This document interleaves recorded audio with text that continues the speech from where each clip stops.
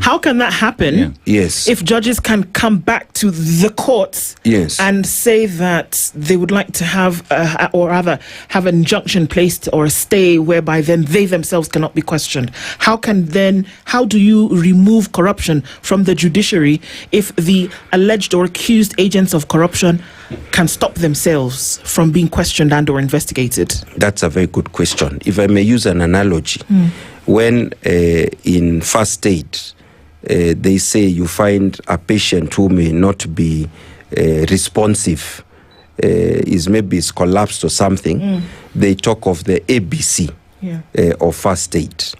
The A is airways. Yes. You look at the airways, you ensure the airways are clear. Maybe you check the posture of the person who's lying on the ground, supine or whatever form. The B is breathing. You try to focus on the breathing so that the patient can breathe. So you are trying to first clear the airways, restore breathing. Then the C is circulation. Sometimes that's when you start pumping the chest to restore circulation, blood circulation by the heart.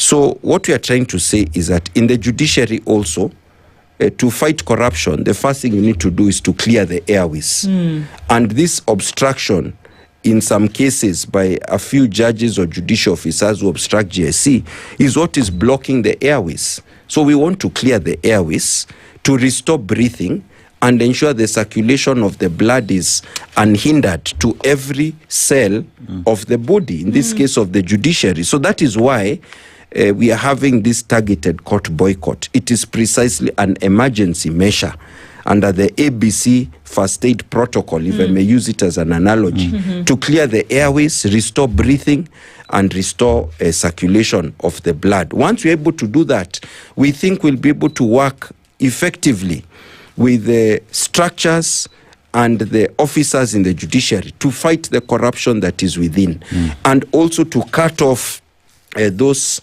external people, some of whom are even my own members, who facilitate the corruption within the judiciary. To cut them off, first restore the breathing, clear the airways.